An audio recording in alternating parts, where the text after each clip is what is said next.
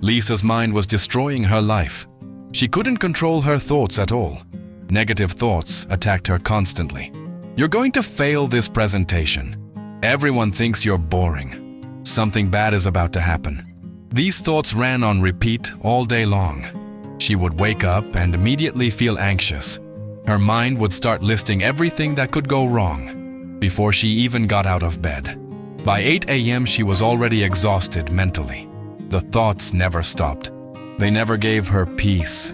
Lisa tried to fight the negative thoughts directly. Stop thinking this way, she would tell herself, but that made it worse. The thoughts got louder and stronger. They multiplied faster. Fighting them was like fighting quicksand. The more she struggled, the deeper she sank. She couldn't focus on anything important.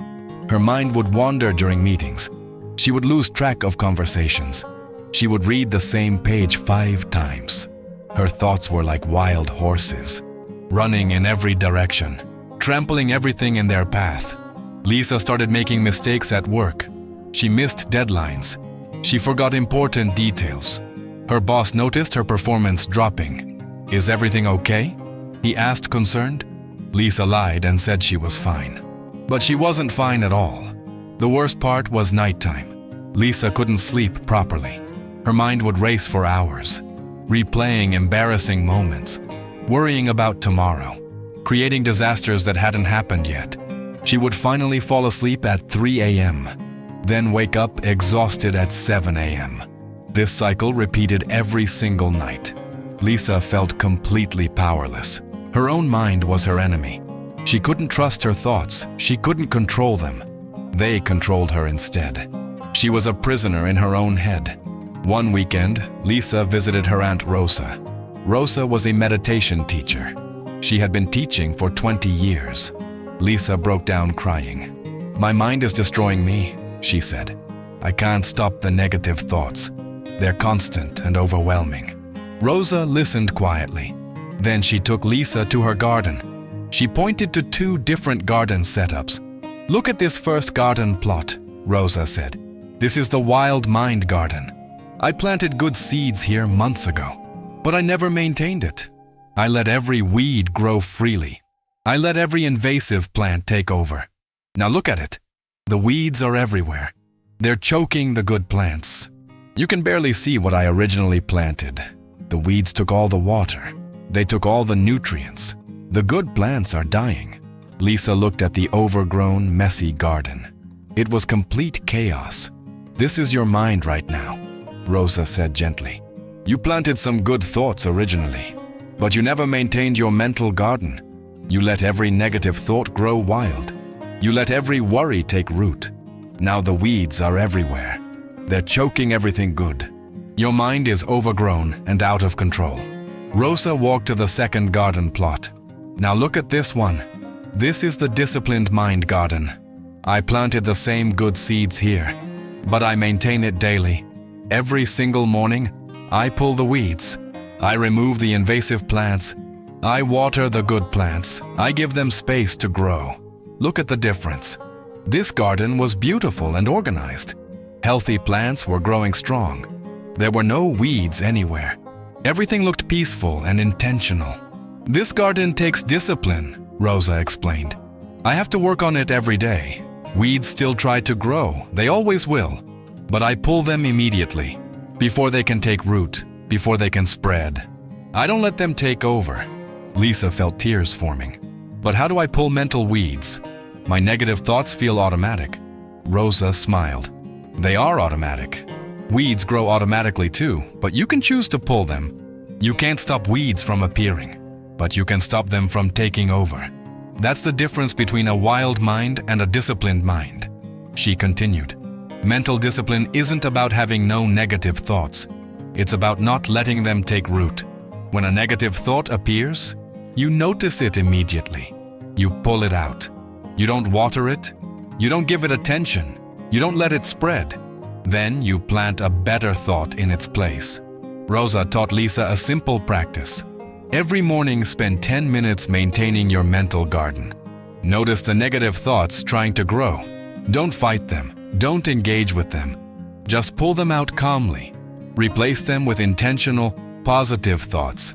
Do this every single day. Lisa started practicing the next morning. A negative thought appeared. You're going to mess up today.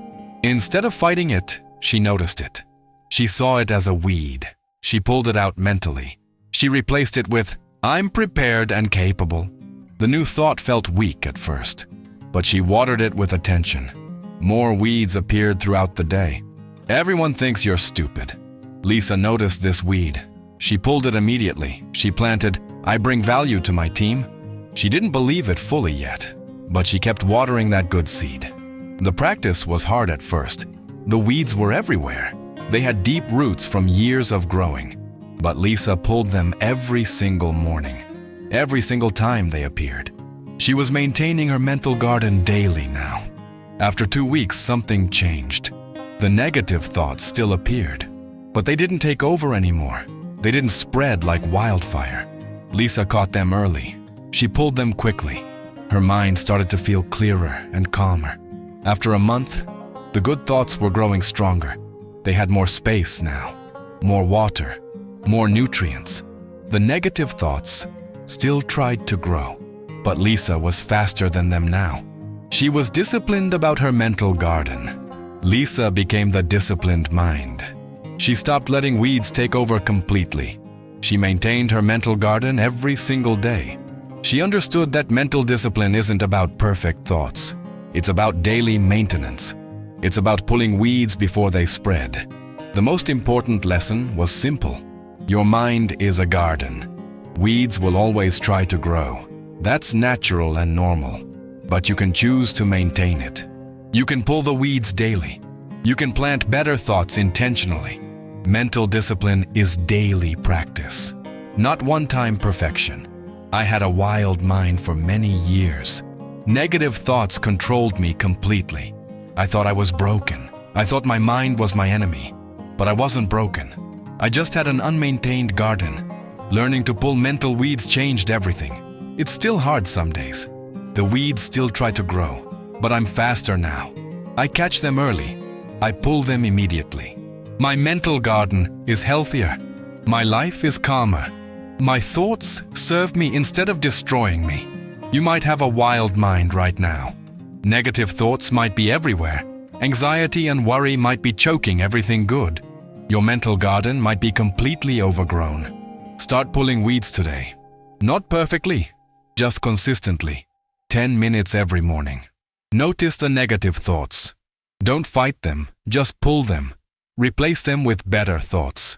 Do this every single day. Your mental garden will transform slowly, but it will transform. Discipline beats chaos every time. Someone you know has a wild mind. Their negative thoughts are destroying them. They feel powerless and overwhelmed. Share this story with them right now. Help them see their mind as a garden. Help them understand they can maintain it. That mental discipline starts with daily practice, that they can master their mind.